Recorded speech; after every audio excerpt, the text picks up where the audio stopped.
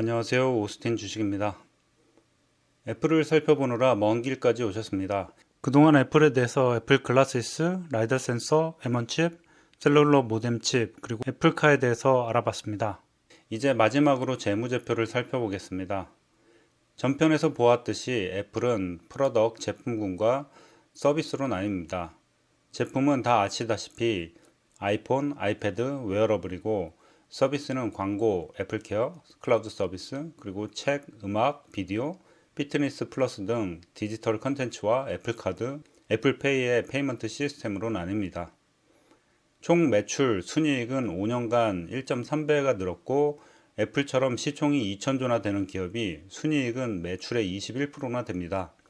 5년간 토탈 캐시는 20% 정도 줄었는데 많은 기업을 인수하는 데 쓰인 것으로 보이고 전체 자산은 5년 동안 변화는 거의 없습니다.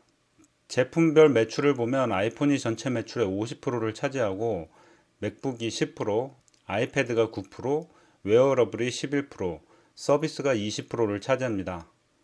3년간 추이를 보면 아이폰 매출은 줄어드는 모습을 보이고 웨어러블은 41%, 25%의 급성장을 보였고 맥북이 코로나의 영향으로 작년 대비 10%의 성장을 보였고 전체로는 6%의 성장을 보였습니다.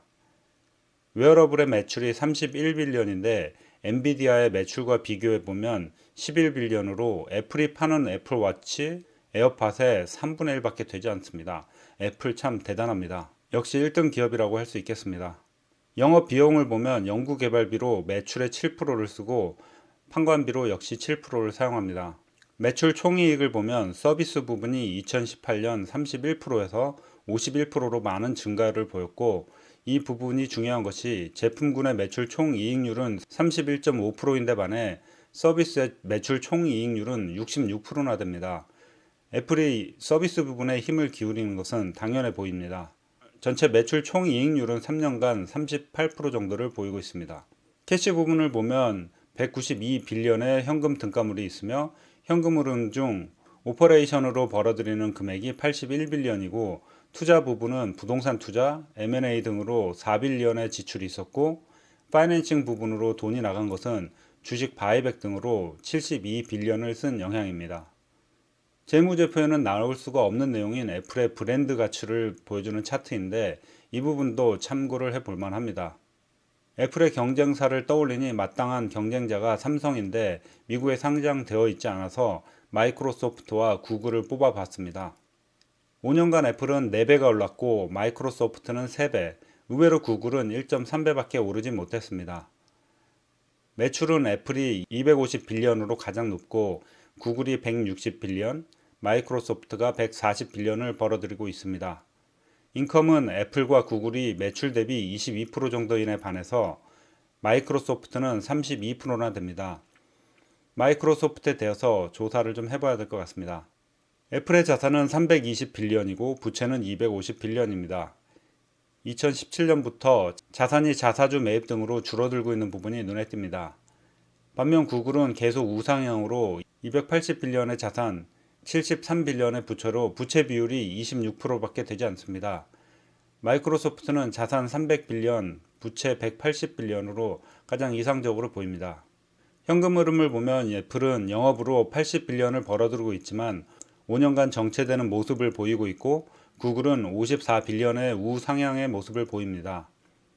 마이크로소프트는 2017년 이후 완연히 우상향의 모습을 보입니다. 애저 등의 여러 변화를 이끌어내는 것으로 보이는데 곧 영상을 한번 만들어 보겠습니다.